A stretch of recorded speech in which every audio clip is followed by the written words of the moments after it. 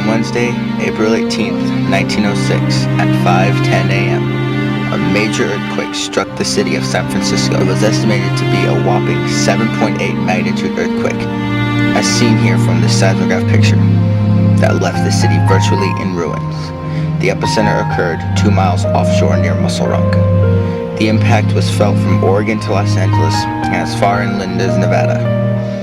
The earthquake and resulting fire was the most horrific event of the year, and the casualty loss was the greatest in California.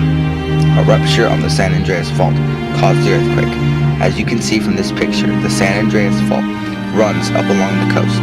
The number of fault lines indicate how much the ground slipped at that location.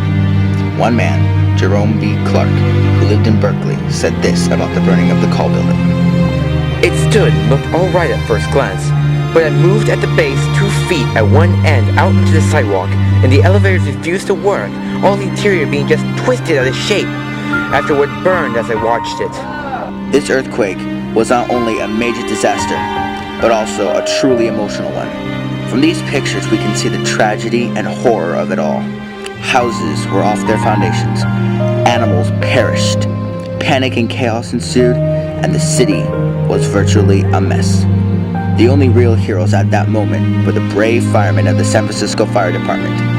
Fireman Philip Fradkin, who was on the front lines, had this to say.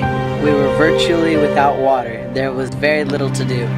Now we were not going to sit around and do nothing. And our first idea that occurred was to use dynamite to keep the fires from spreading. Economically, this was 1906's most crushing blow. Property losses of the aftermath have been an estimated $400 million, and for those insured, it was an estimated $235 million loss. There is, however, a happy ending to the story. Many people heard of the disaster and decided to pitch in.